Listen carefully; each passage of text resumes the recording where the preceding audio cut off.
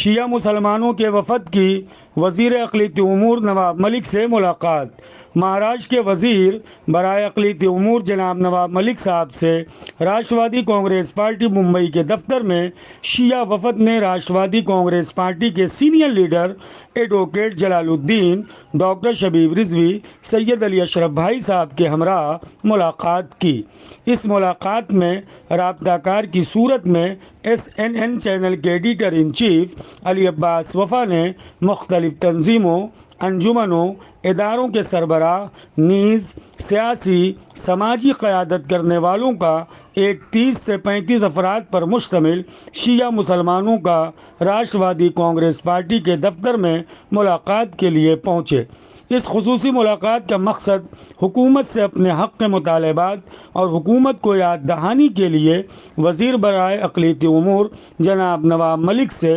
ملاقات کی گئی۔ چونکہ حکومت مہاراشٹر کے قیام میں آنے کے بعد یہ مشترکہ پارٹی پر مشتمل حکومت جو ایک بہترین حکومت کے طور پر کام کر رہی ہے، اس مشترکہ حکومت کے ذریعے بہت سے سماجی انصاف کا کام ہوا۔ وہیں پر گزشتہ دنوں سے مسلسل وقف بورڈ، حج ہاؤس، حج کمیٹی، اسٹیٹ حج committee, minority commission, Urdu academy اور مائنرٹیز سے جڑے ہوئے دیگر اداروں میں جہاں تمام مکاتب فکر کے مسلمان بھائیوں کی نمائندگی ہے، وہیں پر شیعہ حضرات کو بھی نمائندگی ہر محکمے میں دی جائے، تاکہ اس کے ذریعے شیعیت کے اندر پیدا ہونے والے سماجی مسائل کو حکومت کے سامنے لا کر اس کا بہترین حل تلاش کیا جائے۔ Doctor Shabib Rizvi national vice chairman Rashtrawadi Congress party نے کہا کہ یقیناً اس کمی کو بڑی شدت سے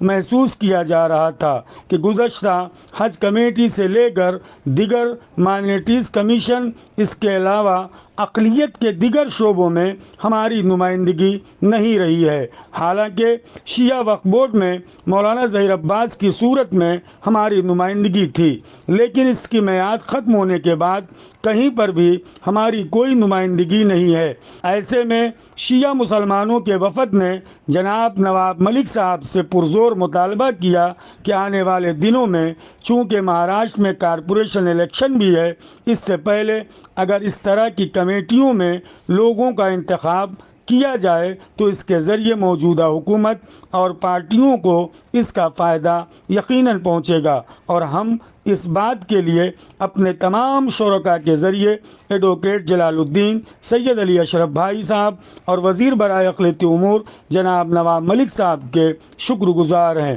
کہ جنہوں نے ہماری باتوں کو غور سے سنا اور وعدہ کیا کہ انشاءاللہ آنے والے وقت میں ہم اس بات کی بھرپور کوشش کریں گے کہ ہر جگہ پر شیعہ مسلمانوں کی نمائندگی ہو۔ اقلیتوں کو ان کے حقوق ان تک پہنچانا یہی ہماری سرکار کا مقصد ہے۔